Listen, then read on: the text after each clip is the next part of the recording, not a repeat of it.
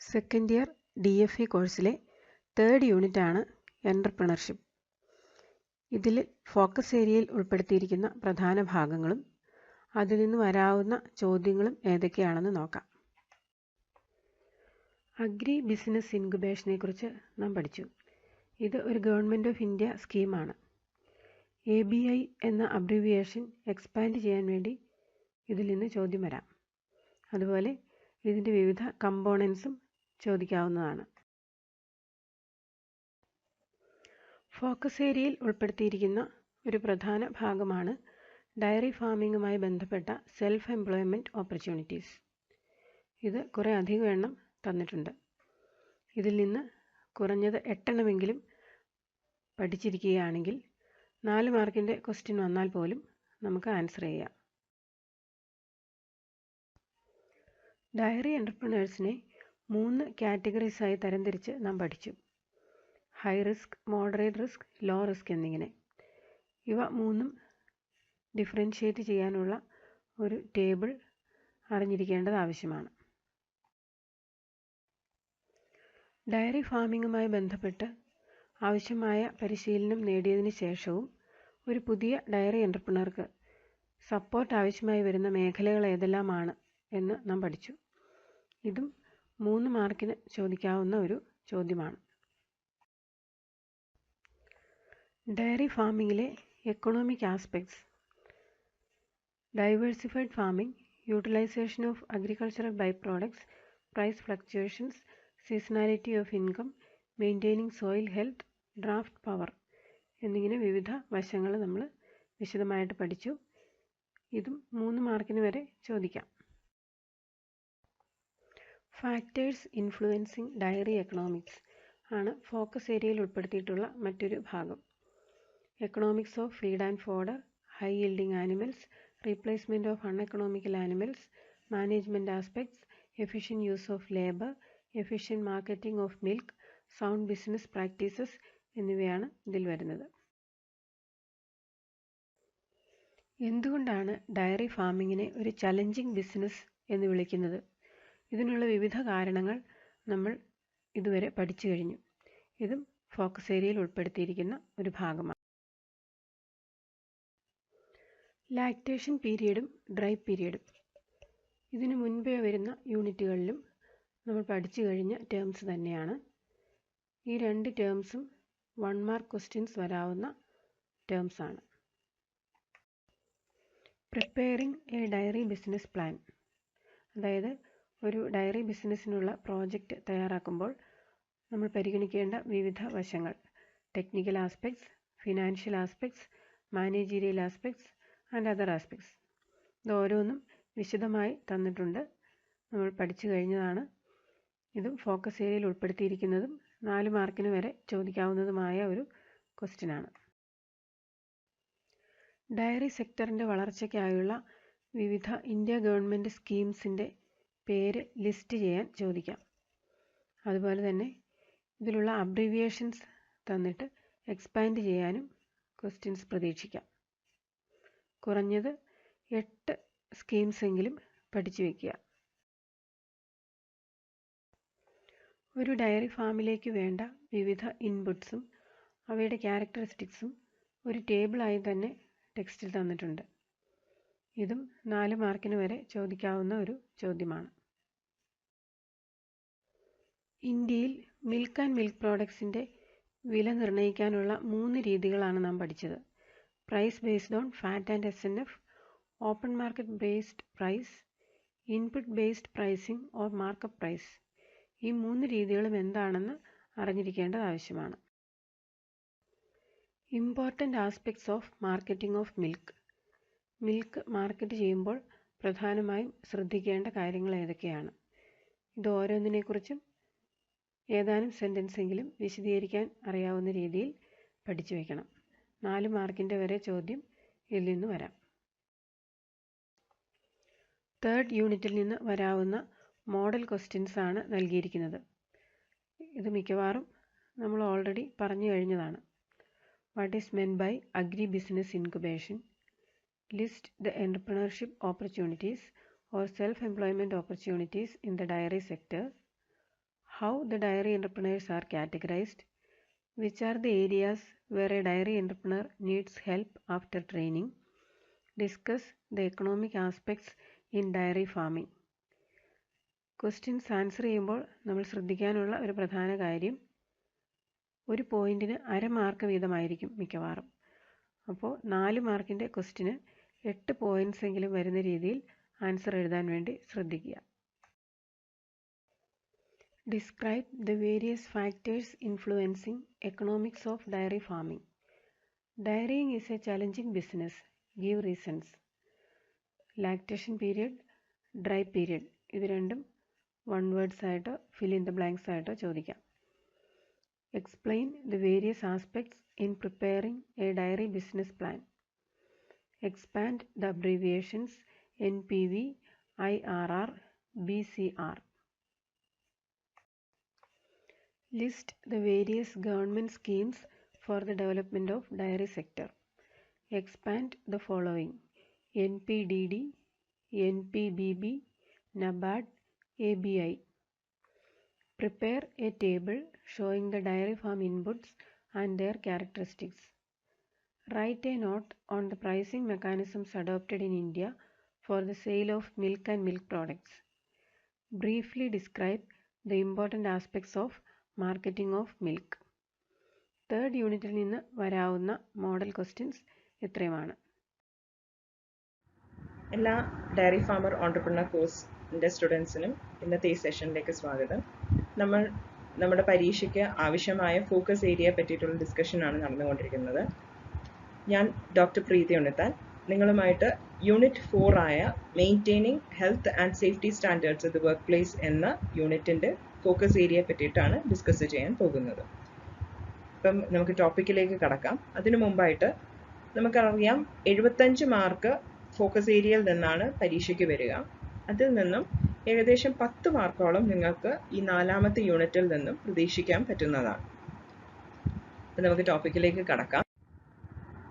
ഈ യൂണിറ്റ് നമുക്കറിയാം 2 സെഷൻസ് ആയിട്ടായിരുന്നു ഡിവൈഡ് ചെയ്തിരുന്നത്. ആദ്യത്തെ session hygiene and biosecurity in a dairy farm and disposal of കാർക്കസും, രണ്ടാമത്തെ session first aid for dairy animals എന്ന ടോപ്പിക് എന്ന സെഷനും ആയിരുന്നു. ഇപ്പം നിങ്ങൾക്ക് ഈ 2 സെഷൻസിലും വരുന്ന ഫോക്കസ് ഏരിയാസ് ആണ് ഇവിടെ കാണിച്ചിരിക്കുന്നത്. ആദ്യത്തെ സെഷനിൽ importance of cleanliness and hygiene at the workplace, safe handling of equipment and animals, disposal of carcass എന്ന 3 ടോപ്പിക്കുകളും, രണ്ടാമത്തെ സെഷനിൽ first aid measures for dairy animals, maintaining hygiene and biosecurity for infectious diseases at dairy farm എന്ന 2 ടോപ്പിക്കുകളുമാണ് included ആയിട്ടുള്ളത്. അപ്പോൾ നമുക്ക് ഓരോ ടോപ്പിക്കായിട്ട് എടുത്ത് നോക്കാം. ഫസ്റ്റ് സെഷനിലെ ആദ്യത്തെ ഫോക്കസ് ഏരിയ ടോപ്പിക് എന്ന് പറയുന്നത് importance of cleanliness and hygiene at the work place. എന്താണ് വർക്ക് പ്ലേസ്? ഒരു ഡയറി ഫാമറിനെ സംബന്ധിച്ച് അയാളുടെ വർക്ക് പ്ലേസ് എന്ന് പറയുന്നത് ഡയറി ഫാമാണ്. ആ ഡയറി ഫാമിലെ ഹൈജീനും ക്ലെൻലിനെസ്സും മെയിൻറ്റെയിൻ ചെയ്യാൻ എന്തിനു വേണ്ടിയിട്ടാണ്? നല്ല ഹെൽത്തി ആയിട്ടുള്ള ആനിമൽസ് ഉണ്ടാവാനും അതേപോലെ തന്നെ നല്ല ക്വാളിറ്റി മിൽക്ക് പ്രൊഡ്യൂസ് ചെയ്യാനും ഇത് രണ്ടും വളരെ ഇമ്പോർട്ടൻ്റ് ആണ്. ക്ലെൻലിനെസ്സും ഹൈജീൻ. അതിന് നമ്മൾ എന്തെല്ലാം കാര്യങ്ങളാണ് ചെയ്യേണ്ടത്? അതാണ് ഈ ടോപ്പിക്കിനകത്ത് ഇമ്പോർട്ടൻസ് ആയിട്ട് വരുന്നത്. അപ്പോൾ ഒന്ന്, cleaning and disinfection of the farm. അത് നിങ്ങൾ സ്റ്റെപ്പ് വൈസ് ആയിട്ട് തന്നെ നിങ്ങളുടെ ടെക്സ്റ്റിനകത്ത് നോട്ട്സ് നൽകിയിട്ടുണ്ട്. അതേപോലെ തന്നെ രണ്ടാമത്തെ ഇമ്പോർട്ടൻ്റ് ആയിട്ടുള്ള ടോപ്പിക്കാണ് ബയോസെക്യൂരിറ്റി മെഷേഴ്സ്. അപ്പോൾ എന്താണ് ബയോസെക്യൂരിറ്റി എന്നുള്ളത് നിങ്ങൾ മനസ്സിലാക്കണം. എന്ന് പറഞ്ഞാൽ നമുക്കറിയാം ബയോസെക്യൂരിറ്റിയുടെ ഡെഫിനേഷൻ തന്നെ അറിയാം. All the institutional and personal security measures undertaken in a farm in order to prevent the spread of pathogens, infectious pathogens into the environment. അതാണ് ഒരു ഡെഫിനേഷൻ ആയിട്ട് നമ്മൾ പഠിച്ചിരിക്കുന്നത്. അപ്പം നിങ്ങൾ അത് ഡിഫൈൻ ചെയ്യാൻ, ബയോസെക്യൂരിറ്റി എന്താണ് എന്നുള്ള ഡിഫൈൻ ചെയ്യാനും നിങ്ങൾ പഠിച്ചിരിക്കണം. അതേപോലെ തന്നെ ഡിഫറെൻറ്റ് ബയോസെക്യൂരിറ്റി മെഷേഴ്സ് ഏതെല്ലാമാണ് ഒരു ഫാമിൽ എടുക്കേണ്ടത് എന്നുള്ളതും പഠിച്ചിരിക്കുക. എന്ന് പറഞ്ഞാൽ നമുക്കറിയാം റെസ്ട്രിക്റ്റഡ് എൻട്രി ആയിരിക്കണം, ഫാമിലേക്ക് റെസ്ട്രിക്റ്റഡ് എൻട്രി ആയിരിക്കണം. അത് റെസ്ട്രിക്റ്റ് ചെയ്യാൻ വേണ്ടിയിട്ട് നമ്മൾ എന്ത് ചെയ്യണം? ഫെൻസ് അല്ലെങ്കിൽ കോമ്പൗണ്ട് വാൾ ഒരു ഫാമിന് ഉണ്ടാവണം. അതേപോലെ തന്നെ അൺഓതറൈസ്ഡ് ആയിട്ടുള്ള ഒരു വിസിറ്റേഴ്സും എൻട്രി ചെയ്യാൻ പാടില്ല. പിന്നെ എൻട്രി പോയിന്റും എക്സിറ്റ് പോയിന്റിലും രണ്ടിടത്തും ഡിസിൻഫെക്റ്റൻറ്റ് ഫുഡ് ബാത്ത് ഉണ്ടായിരിക്കണം. അത് ഫാം ലെവലിലും ഉണ്ടായിരിക്കണം, ഓരോരോ ഷെഡിൻ്റെ ഇൻഡിവിജ്വൽ ഷെഡ്സിൻ്റെ ബേസിസിലും ഉണ്ടായിരിക്കണം. പിന്നെ പറയുന്നത് protective measures, personal protective measures നമ്മൾ അഡോപ്റ്റ് ചെയ്യണം. ഫോർ എക്സാമ്പിൾ, നമ്മൾ ആനിമലിനെ ഹാൻഡിൽ ചെയ്യുന്നതിന് മുമ്പേനെ നമ്മുടെ കയ്യിൽ പ്രൊട്ടക്റ്റീവ് ഗിയേഴ്സ്, നമ്മുടെ മാസ്ക്, അതേപോലെ തന്നെ ഗ്ലൗസ്, ഏപ്രൺ, ഗംബൂട്ട്സ്, ഗൂഗിൾസ്, ഇതെല്ലാം ഉണ്ടായിരിക്കണം. ഇങ്ങനത്തെയൊക്കെ കാര്യങ്ങളാണ് അതിനകത്ത് പറയുന്നത്. അത് നിങ്ങൾ പഠിക്കുക. ബയോസെക്യൂരിറ്റി എന്താണ് എന്നുള്ളത് ഒരു ഡെഫിനേഷനായിട്ട് 2 മാർക്കിന് ചോദ്യമായിട്ടും ചോദിക്കാം. അതേപോലെ തന്നെ ബയോസെക്യൂരിറ്റി മെഷേഴ്സ് എൻലിസ്റ്റ് ചെയ്യാനും നമുക്ക് ചോദിക്കാം. അപ്പോൾ അതിൽ നിന്ന് നിങ്ങൾക്ക് ഈ ടോപ്പിക്കിൽ നിന്ന് ഒരു 2 മാർക്കും അതേപോലെ ഒരു 3 മാർക്കിൻ്റെയും ചോദ്യം നിങ്ങൾക്ക് എക്സ്പെക്ട് ചെയ്യാൻ പറ്റുന്നതാണ്. അടുത്തതെന്ന് പറയുന്നത് ഫസ്റ്റ് സെഷനിലെ 2ാമത്തെ ഫോക്കസ് ഏരിയ ടോപ്പിക്കാണ് safe handling of equipment and animals. ഇതിനകത്ത് 2 കാര്യങ്ങളാണുള്ളത്. ഒന്ന്, safe practices to be followed in a farm എന്ന് പറഞ്ഞ് 15 പോയിന്റ്സ് അടങ്ങുന്ന കുറച്ച് കാര്യങ്ങളും, അതേപോലെ തന്നെ risk in a dairy farm എന്ന് പറയുന്നതാണ്. Risk in a dairy farm നിങ്ങൾക്കൊരു ടേബിൾ ആയിട്ടാണ്, ഒരു ചാർട്ടായിട്ടാണ് നിങ്ങളുടെ ടെക്സ്റ്റിനകത്ത് നൽകിയിരിക്കുന്നത്. ആ ചാർട്ടാണ് ഇവിടെ ഇൻഡിക്കേറ്റഡ് ആയിട്ടുള്ളത്. അപ്പോൾ ഈ ചാർട്ട് നിങ്ങൾ പഠിച്ചു കഴിഞ്ഞാൽ നിങ്ങൾക്ക് റിസ്കുകൾ ഏതൊക്കെയാണ്, ഒരു ഡയറി ഫാമിൽ അസോസിയേറ്റ് ചെയ്തിട്ടുള്ള റിസ്കുകൾ ഏതൊക്കെയാണെന്നുള്ളത് എൻലിസ്റ്റ് ചെയ്യാൻ ചോദിക്കാം. അതൊരു 2 മാർക്ക് ചോദ്യമായിട്ട് ചോദിക്കാൻ ചാൻസ് ഉള്ളതാണ്. പിന്നുള്ളത് safe practices to be followed in a farm എന്ന് പറയുന്നത് ഒരു 15 പോയിന്റ് ആണ്. 15 പോയിന്റ് എന്ന് കാണുമ്പോൾ നിങ്ങൾ പേടിക്കേണ്ട ആവശ്യമില്ല. ഇതിനകത്ത് മിക്കവാറും ഉള്ള പോയിന്റ്സ് എല്ലാം നമുക്ക് തനിയെ ഒന്ന് വായിച്ചു കഴിഞ്ഞാൽ നമ്മുടെ മനസ്സിൽ ഇരിക്കുന്ന ടൈപ്പിലെ അങ്ങ് തങ്ങുന്ന ടൈപ്പിലെ പോയിന്റ്സ് ആണുള്ളത്. ഫോർ എക്സാമ്പിൾ, ഒരു ഡയറി ഫാമിൽ സ്ലിപ്പറി സർഫസസ് ഉണ്ടാവാൻ പാടില്ല, നമ്മൾ ഉപയോഗിക്കുന്ന ഫുട്വെയർസ് ഒന്നും സ്ലിപ്പറി ആവാൻ പാടില്ല, എക്യുപ്മെന്റ്സ് ഏതെങ്കിലും നമ്മൾ യൂസ് ചെയ്യുകയാണെങ്കിൽ അത് തിരിച്ച് സ്ഥലത്ത് തന്നെ വെക്കുക. ഇങ്ങനത്തെയൊക്കെ കാര്യങ്ങളാണ് ആ 15 പോയിന്റുകളിൽ വരുന്നത്. നിങ്ങൾ ഒന്ന് മനസ്സിലാക്കി കഴിഞ്ഞാൽ വേഗം പഠിച്ചെടുക്കാവുന്നതേ ഉള്ളൂ, വലിയ ബുദ്ധിമുട്ടുള്ളതല്ല. അപ്പോൾ ഇതിൽ നിന്ന് നിങ്ങൾക്ക് ഒരു 2 മാർക്കോ 3 മാർക്കോ ക്വസ്റ്റ്യൻ നമുക്ക് വേണമെങ്കിൽ എക്സ്പെക്ട് ചെയ്യാൻ പറ്റും. ഫസ്റ്റ് സെഷനിലെ 3ാമത്തെ ഇമ്പോർട്ടൻ്റ് അല്ലെങ്കിൽ ഫോക്കസ് ഏരിയ ടോപ്പിക് എന്ന് പറയുന്നത് ഡിസ്പോസൽ ഓഫ് കാർക്കസ് ആണ്. അപ്പോൾ ഈ ഡിസ്പോസൽ ഓഫ് കാർക്കസിൽ നിങ്ങൾക്ക് ഈ ആ ടേബിൾ പഠിക്കുന്നത് വളരെ നല്ലതായിരിക്കും. എന്തെന്ന് വെച്ച് കഴിഞ്ഞാൽ ഈ ടേബിൾ പഠിച്ചു കഴിഞ്ഞാൽ നിങ്ങളുടെ അടുത്ത് കാർക്കസ് ഡിസ്പോസൽ മെത്തേഡ്സ് എൻലിസ്റ്റ് ചെയ്യാൻ ചോദിച്ചു കഴിഞ്ഞാൽ നിങ്ങൾക്ക് ഈ ടേബിൾ പഠിച്ചാൽ തന്നെ നിങ്ങൾക്കത് പറയാൻ പറ്റും. അതേപോലെ തന്നെ കാർക്കസ് ഡിസ്പോസൽ മെത്തേഡ്സിൽ വേറൊരു ഇമ്പോർട്ടൻറ്റ് രീതിയിൽ ചോദ്യം ചോദിക്കാൻ പറ്റുന്ന ചില യുണീക്ക് ആയിട്ടുള്ള ടേംസ് ഉണ്ട്. ഫോർ എക്സാമ്പിൾ, റെൻഡറിങ് അല്ലെങ്കിൽ ആൽക്കലൈൻ ഹൈഡ്രോളിസിസ്, ഫെർമെൻറ്റേഷൻ അല്ലെങ്കിൽ കമ്പോസ്റ്റിംഗ്, ഇതെല്ലാം കുറച്ച് യുണീക്ക് ആയിട്ടുള്ള ടേംസ് ആണ്. അപ്പോൾ അതിനകത്ത് വേണമെങ്കിൽ ആ ടേംസിനെ ഡിഫൈൻ ചെയ്യാൻ വേണ്ടി ചോദിക്കാം. ഇപ്പോൾ ഈ കാണിച്ചിരിക്കുന്ന പോലെ define alkaline hydrolysis of carcass എന്ന് പറയുന്നത് വേണമെങ്കിൽ ചോദിക്കാൻ പറ്റും. ഒരു 2 മാർക്ക് ക്വസ്റ്റ്യൻ ആയിട്ട് നമുക്ക് ചോദിക്കാൻ ചാൻസ് ഉള്ളത്. അതേപോലെ തന്നെ ചില മെത്തേഡ്സ് നമുക്ക് കുറച്ചുകൂടെ ഓരോ കാർക്കസ് ഡിസ്പോസൽ മെത്തേഡ്സ് നമ്മൾ അതിനെ പറ്റിയിട്ട് ഒരു ബ്രീഫായിട്ട് നമ്മൾ പഠിച്ചു വെച്ചേക്കുന്നത് നല്ലതാണ്. ബിക്കോസ് അതിനകത്ത് എക്സ്പ്ലെയിൻ ബ്രീഫ്ലി എന്ന് പറഞ്ഞ് വേണമെങ്കിൽ ചോദിക്കാം. For example, explain briefly about composting method of carcass disposal എന്നുള്ളത് നമുക്ക് ചോദിക്കാൻ ചാൻസ് ഉള്ളത്. അപ്പോൾ ഇതിൽ നിന്നൊരു 2 or 3 മാർക്ക് ക്വസ്റ്റ്യൻ ഈ ഒരു ടോപ്പിക്കിൽ നിന്ന് നമുക്ക് എക്സ്പെക്ട് ചെയ്യാൻ പറ്റും.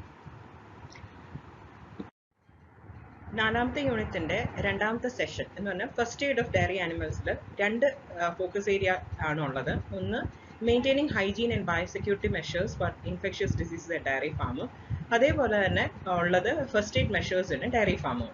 അപ്പോൾ ആദ്യത്തെ ഫോക്കസ് ഏരിയ ടോപ്പിക്കിൽ നിന്ന് നമുക്ക് 3 ഭാഗങ്ങളായിട്ടാണ് അതുള്ളത്. ഒന്ന്, Roots of disease transmission, prevention of transmission of infectious diseases, അതേപോലെ തന്നെ control of transmission of infectious diseases. ഇങ്ങനെ 3 ഭാഗങ്ങൾ. ഈ 3 ഭാഗങ്ങളിൽ ഇത് 2 എന്ന് പറഞ്ഞാൽ റൂട്ട്സ് ഓഫ് ഡിസീസ് ട്രാൻസ്മിഷനും അതേപോലെ prevention of transmission of infectious ഡിസീസസും വളരെ ഇമ്പോർട്ടൻ്റ് ആണ്. ഇത് രണ്ടിനകത്തും നിങ്ങൾക്ക് ഇപ്പോൾ റൂട്ട്സ് ഓഫ് ഡിസീസ് ട്രാൻസ്മിഷൻ എന്ന് പറയുന്ന ഡിഫറെൻറ്റ് ഈ ചാർട്ട് പഠിച്ചു കഴിഞ്ഞാൽ നിങ്ങൾക്ക് routes of disease transmission enlist ചെയ്യാൻ ചോദിച്ചു കഴിഞ്ഞാൽ നിങ്ങൾക്ക് പറയാൻ പറ്റും. Aerosol, direct contact, fomites, oral, vectors. ഇതുപോലെ തന്നെ ഈ ടൈപ്പ് റൂട്ട്സ് ഓഫ് ഡിസീസ് ട്രാൻസ്മിഷനുമായിട്ട് അസോസിയേറ്റ് ചെയ്ത് പിന്നെ വരാൻ ചാൻസ് ഉള്ളത് match the following type of questions വരാം. ഇപ്പം ഒരു മെറ്റീരിയൽ തന്നിട്ട് അത് ഏത് റൂട്ട് ഓഫ് ട്രാൻസ്മിഷനിൽ വരുന്നതാണ് എന്നുള്ള രീതിയിൽ. ഫോർ എക്സാമ്പിൾ, ഇപ്പോൾ ഫ്ലൈസ് അല്ലെങ്കിൽ മൊസ്കിറ്റോ ഇതൊക്കെ തരികയാണെങ്കിൽ അത് it is associated with vectors. വെക്ടേഴ്സിൻ്റെ റൂട്ട് ഓഫ് ട്രാൻസ്മിഷൻ വെക്ടറാണ്. അതേപോലെ തന്നെ ഇപ്പോൾ സ്നീസിങ് അല്ലെങ്കിൽ കോഫിംഗ് വഴി ഏത് റൂട്ടാണ് സ്നീസിങ് കോഫിംഗ് വഴി സ്പ്രെഡ് ആവുകയാണെങ്കിൽ അത് ഏത് റൂട്ട് ഓഫ് ട്രാൻസ്മിഷൻ ആണെന്ന് ചോദിച്ചു കഴിഞ്ഞാൽ അത് എയറോസോൾ റൂട്ട് ഓഫ് ട്രാൻസ്മിഷൻ ആണ് വരുന്നത്. അപ്പോൾ ഓരോ റൂട്ട് ഓഫ് ട്രാൻസ്മിഷൻ്റെ കീഴിലുള്ള ഏതെല്ലാം മെത്തേഡ്സ് ആണ് അതിനകത്തുള്ള ഒരു എക്സാമ്പിൾസ് എന്താണെന്നുള്ളത് നിങ്ങൾ പഠിച്ചു വെച്ച് കഴിഞ്ഞാൽ അത് യൂസ്ഫുൾ ആണ്. പിന്നെ രണ്ടാമത്തത് prevention of transmission of infectious ഡിസീസസിൽ ഇതെല്ലാമാണ് isolation of sick animals, prevent overcrowding of animals, regular cleaning and disinfection of farm premises, disinfection of farm equipment and vehicles, restricted entry to isolated sheds. ഇതെല്ലാമാണ് prevention of transmission of infectious ഡിസീസസിൽ വരുന്നത്. അപ്പോൾ ഇത് enlist ചെയ്യാൻ വേണ്ടി ചോദിക്കാം. It would be asked as a 3 mark question. ഇപ്പം ഇത് രണ്ടുമാണ് ഇതിനകത്തെ ഇമ്പോർട്ടൻ്റ് ആയിട്ടുള്ളത്. പിന്നെ control of transmission of infectious diseases ആണ് അതിനകത്ത് വേറൊരു കാര്യം വരുന്നത്. അതിനകത്ത് ആന്റിസെപ്റ്റിക്സ് എന്താണെന്നുള്ളത് പറയുന്നുണ്ട്. അപ്പോൾ ആന്റിസെപ്റ്റിക്സ് എന്താണെന്നുള്ളത് നിങ്ങളൊന്ന് മനസ്സിലാക്കുക. അതേപോലെ തന്നെ എക്സാമ്പിൾസ് ഓഫ് ആന്റിസെപ്റ്റിക്സ് അറിഞ്ഞിരിക്കുന്നത് നല്ലതാണ്. അടുത്ത ടോപ്പിക് എന്ന് പറയുന്നത് first aid measures for dairy animals. First aid measures for dairy ആനിമൽസിൽ നമ്മൾ 2 ഭാഗങ്ങൾ ഉണ്ട്. ഒന്ന് നോൺ ഇൻഫെക്ഷ്യസ് ഡിസീസസിൻ്റെയും വരുന്നുണ്ട്, അതേപോലെ തന്നെ എമർജൻസി കണ്ടീഷൻസും നമ്മൾ പഠിക്കുന്നുണ്ട്. അപ്പോൾ ഇപ്പോൾ ആദ്യം നമുക്ക് നോൺ ഇൻഫെക്ഷ്യസ് ഡിസീസസ് നോക്കാം. അപ്പോൾ നോൺ ഇൻഫെക്ഷ്യസ് ഡിസീസസിൽ പഠിക്കാനുള്ളത് simple indigestion, tympany, constipation, rumen impaction, diarrhoea. ഇത്രയും കാര്യമാണ് പഠിക്കാനുള്ളത്. അപ്പോൾ ഇതിൽ നിന്ന് നിങ്ങൾ ഇത് ഓരോന്നും എന്താണെന്നുള്ളത് മനസ്സിലാക്കുക. എന്ത് കാരണം കൊണ്ടാണെന്നും അതേപോലെ തന്നെ അതിൻ്റെ ട്രീറ്റ്മെൻറ്റ് എന്താണെന്നും പഠിച്ചു വെക്കുക. അപ്പോൾ ഈ ചോദ്യം ചോദിക്കാൻ പറ്റുന്നത് വൺ മാർക്ക് ക്വസ്റ്റ്യൻസ് ഇഷ്ടംപോലെ ചോദിക്കാൻ പറ്റും. അതേപോലെ തന്നെ മാച്ച് ദ ഫോളോയിങ് രീതിയിലും ചോദിക്കാൻ പറ്റും.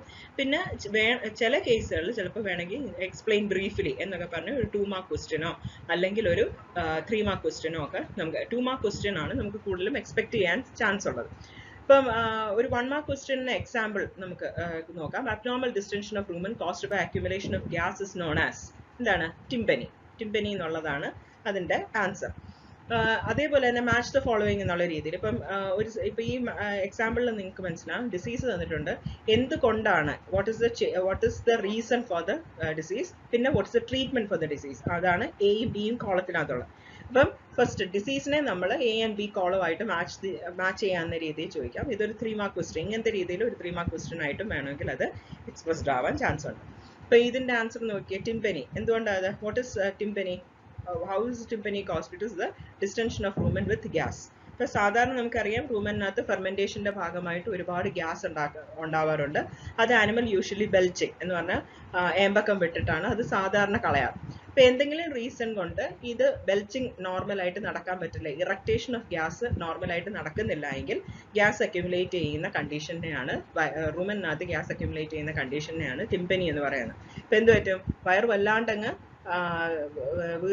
ഗ്യാസ് കൊണ്ട് വീർത്ത് കഴിയുമ്പോൾ നാച്ചുറലി ആനിമലിന് ശ്വാസം എടുക്കാൻ പറ്റാതെ വരികയും അത് ചിലപ്പോൾ അൺഅറ്റൻഡഡ് ആയിട്ട് പോവുകയാണെങ്കിൽ ഈവൻ ഡെത്ത് വരെ ഉണ്ടാക്കാൻ ഒരു കാരണമാണ് ടിംപനി എന്ന് പറയുന്നത്. ഇപ്പോൾ ടിംപനി ഇതിൻ്റെ എ കോളമായിട്ട് നമ്മൾ മാച്ച് ചെയ്യുമ്പോൾ ഡിസ്റ്റൻഷൻ ഓഫ് റൂമൻ വിത്ത് ഗ്യാസ് അതിൻ്റെ ഉത്തരമായിട്ട് നമുക്ക് പറയാം.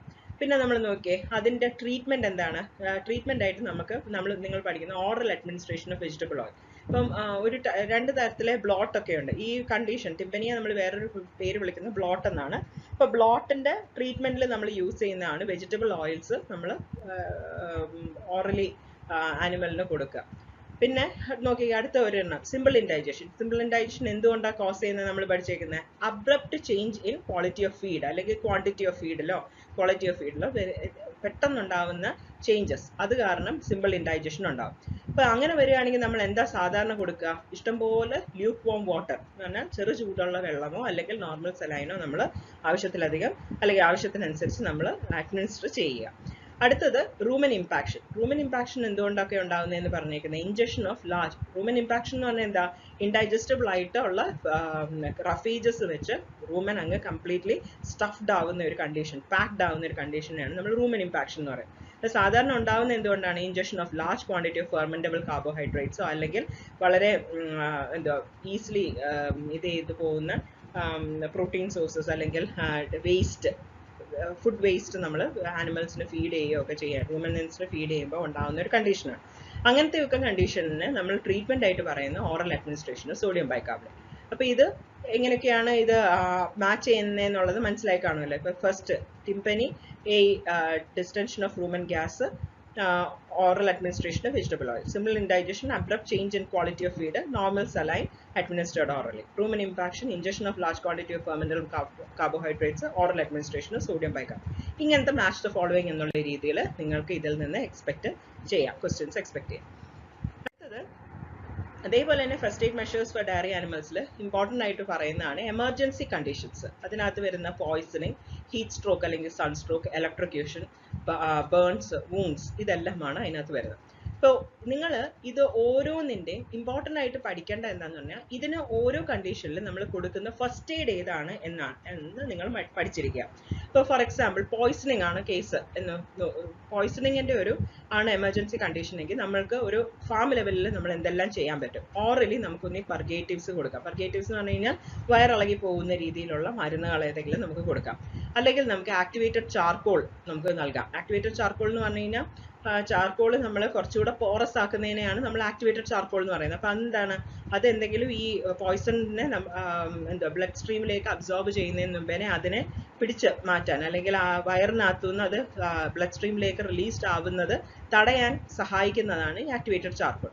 അപ്പോൾ അല്ല, സ്കിന്ന് വഴിയാണ് എന്തെങ്കിലും ഇപ്പോൾ ടോക്സിൻ ആനിമലിൻ്റെ സ്കിന്ന് വഴിയാണ് അബ്സോർബ്ഡ് ആവുന്നതെങ്കിൽ ആവശ്യത്തിലധികം വെള്ളം വെച്ച് നല്ല പോണ ആനിമലിനെ കുളിപ്പിക്കുക എന്നുള്ള ഒരു ഫസ്റ്റ് എയ്ഡ് ആണ് നമുക്ക് അവിടെ ചെയ്യേണ്ടത്. അപ്പോൾ ഓരോ കണ്ടീഷനും, ഓരോ എമർജൻസി കണ്ടീഷനും അതിനുമായിട്ട് അസോസിയേറ്റ് ചെയ്തിട്ടുള്ള ഫസ്റ്റ് എയ്ഡ് നമ്മൾ പഠിച്ചു വെക്കുക. അപ്പോൾ ഇതിനകത്ത് ഞാൻ ഓരോ എമർജൻസി കണ്ടീഷനും അതിൻ്റെ ഫസ്റ്റ് എയ്ഡുമാണ് ഇവിടെ ഓരോന്നായിട്ട് പറയുന്നത്. ഇപ്പോൾ സൺസ്ട്രോക്ക് ആണെങ്കിൽ immediate lowering of the body temperature ആണ് നമ്മൾ ചെയ്യേണ്ടത്. അതിന് വേണ്ടിയിട്ട് നമുക്ക് കോൾഡ് വാട്ടർ, ദേഹത്ത് നല്ല പോലെ തണുത്ത വെള്ളം ഒഴിക്കുക, അല്ലെങ്കിൽ നല്ല ഷെയ്ഡി ആയിട്ടുള്ള ഏരിയ, കൂൾ ഷെയ്ഡി ഏരിയാസിലേക്ക് ആനിമലിനെ മൂവ് ചെയ്യുക, ഇഷ്ടംപോലെ ഫ്ലൂയിഡ്സ് ഇൻട്രാവിനസ് ആയിട്ട് ഞരമ്പിലൂടെ ആനിമലിന് കൊടുക്കുക. ഇതെല്ലാമാണ് സൺസ്ട്രോക്കിന് കൊടുക്കേണ്ട ഫസ്റ്റ് എയ്ഡിൽ വരുന്നത്. ഇനി ബേൺസ് അല്ലെങ്കിൽ സ്കാൾഡിങ്, ഡ്രൈ ഹൈ ഹീറ്റോ അല്ലെങ്കിൽ മോയിസ്റ്റ് ഹീറ്റോ ഉണ്ടാവുന്ന ബേൺസോ സ്കാൾഡിങ്ങിലോ കേസിൽ നമ്മൾ എന്ത് ട്രീറ്റ്മെൻ്റ് ആണ്? ഒന്ന്, ആനിമലിന് ഇമ്മീഡിയറ്റ് ആയിട്ടുള്ള വെറ്റിനറി കെയർ ഉറപ്പെടുത്തുക. പിന്നെ അഫക്റ്റഡ് ഏരിയ വൃത്തിയായി ക്ലീൻ ചെയ്ത് ആൻറ്റിസെപ്റ്റിക് ഓയിൻമെൻറ്റ്സ് അപ്ലൈ ചെയ്യുക. അതേപോലെ വൂണ്ടിൻ്റെ കേസ് ആണെങ്കിൽ എന്താണ് ചെയ്യേണ്ടത്? ഹെമറേജ്, ബ്ലീഡിങ് ഉണ്ടാവുന്ന, ഹെമറേജ് എന്ന് പറഞ്ഞു കഴിഞ്ഞാൽ ബ്ലീഡിങ് ഉണ്ടാകുന്നത് ഇമ്മീഡിയറ്റ് ആയിട്ട് കൺട്രോൾ ചെയ്യാൻ വേണ്ടിയിട്ടുള്ള മെഷേഴ്സ്. അപ്പോൾ അതിന് ഒത്തിരി ഉണ്ട്. നമ്മളൊന്ന് പ്രഷർ അപ്ലൈ ചെയ്യുക, അല്ലെങ്കിൽ ടോണിക് വെട്ട്, അല്ലെങ്കിൽ നമ്മൾ ആ ബ്ലീഡിങ് പോയിന്റിന് മുകളിലായിട്ട് വെച്ചിട്ട് നമ്മളൊന്ന് ടൈറ്റായിട്ട് കെട്ടി വെച്ച് കഴിഞ്ഞാൽ പിന്നെ ബ്ലീഡിങ് ഉണ്ടാകുന്നത് തൽക്കാലത്തേക്ക് നിർത്താൻ പറ്റും. അല്ലെങ്കിൽ നമുക്ക് കോൾഡ് പാക്സ് ഏതെങ്കിലും വെക്കാം, ഐസോ വല്ലതും വെച്ചിട്ട് കുറച്ച് നേരത്തേക്ക് അവിടെ നല്ല പ്രഷറിൽ പിടിക്കുകയാണെങ്കിൽ നമുക്ക് ഹെമറേജ് കൺട്രോൾ ചെയ്യാൻ പറ്റും. ഇങ്ങനത്തെ. അപ്പോൾ എങ്ങനെയാണ് നമ്മൾ ഹെമറേജ് കൺട്രോൾ ചെയ്യുക? ഇതേപോലെ സറൗണ്ടിങ് ഹെയർ ഒക്കെ നല്ലതായിട്ട് ട്രിം ചെയ്ത് വെച്ചതിന് ശേഷം എന്തെങ്കിലും ടോൺ ടിഷ്യൂ ഉണ്ടെങ്കിൽ, മുറിഞ്ഞു പോയ സ്കിന്നോ മറ്റോ ഒക്കെ ഉണ്ടെങ്കിൽ അതെല്ലാം കട്ട് ചെയ്ത് കളയുക. പിന്നെ സ്യൂച്ചർ ചെയ്യുക, സ്റ്റിച്ച് ഇടണമെങ്കിൽ സ്റ്റിച്ച് ഇടുക. പിന്നെ കൃത്യമായ രീതിയിൽ നമ്മൾ വൂണ്ട് ഡ്രസ് ചെയ്യുക. ഇതെല്ലാമാണ് വൂണ്ടുമായിട്ട് അസോസിയേറ്റ് ചെയ്തിട്ടുള്ള first aid measures. Prolapse of uterus, അത് വേറൊരു എമർജൻസി കണ്ടീഷനായിട്ട് പറയുന്നുണ്ട്. അതിനകത്ത് നമ്മൾ ചെയ്യേണ്ട എന്തെല്ലാം. അപ്പോൾ ഇങ്ങനെ ഈ ഇവിടെ എന്താ പഠിക്കേണ്ടതെന്ന് പറഞ്ഞാൽ ഓരോ കണ്ടീഷനും ആ കണ്ടീഷനോട് അസോസിയേറ്റ് ചെയ്തിട്ടുള്ള ഫസ്റ്റ് എയ്ഡ് ഏതാണ് പ്രൊവൈഡ് ചെയ്യേണ്ടത് എന്നുള്ളത് നിങ്ങൾ പഠിച്ചു വെക്കുന്നതായിരിക്കും നല്ലത്. അപ്പോൾ ഇതിന്നും ഒരു 2 or 3 മാർക്സ് ക്വസ്റ്റ്യൻ നമുക്ക് എക്സ്പെക്ട് ചെയ്യാം. അതേപോലെ തന്നെ ചില terms, for example hyperthermia എന്താണ്, what do you mean by hyperthermia, അങ്ങനത്തെ ഡെഫിനിഷൻസ് വേണമെങ്കിൽ 1 മാർക്ക് ക്വസ്റ്റ്യൻ ആയിട്ട് ഒക്കെ ചോദിക്കാൻ ചാൻസ് ഉണ്ട്. അപ്പം ഇത്രയും കാര്യങ്ങളാണ് നമ്മളുടെ 4ാമത്തെ യൂണിറ്റിൽ നിന്നും എക്സ്പെക്റ്റ് ചെയ്യാൻ പറ്റുന്ന കാര്യങ്ങൾ, ഫോക്കസ് ഏരിയയും പിന്നെ എക്സ്പെക്ട് ചെയ്യാൻ പറ്റുന്ന ക്വസ്റ്റ്യൻസും എല്ലാം ഉള്ളത്. എല്ലാവർക്കും എല്ലാം കൊണ്ടും വളരെ സമാധാനമായിട്ട് പഠിക്കുക, വളരെ സമാധാനമായിട്ട് തന്നെ പരീക്ഷ എഴുതുക. എല്ലാ വിജയവും ആശംസിക്കുന്നു. നന്ദി.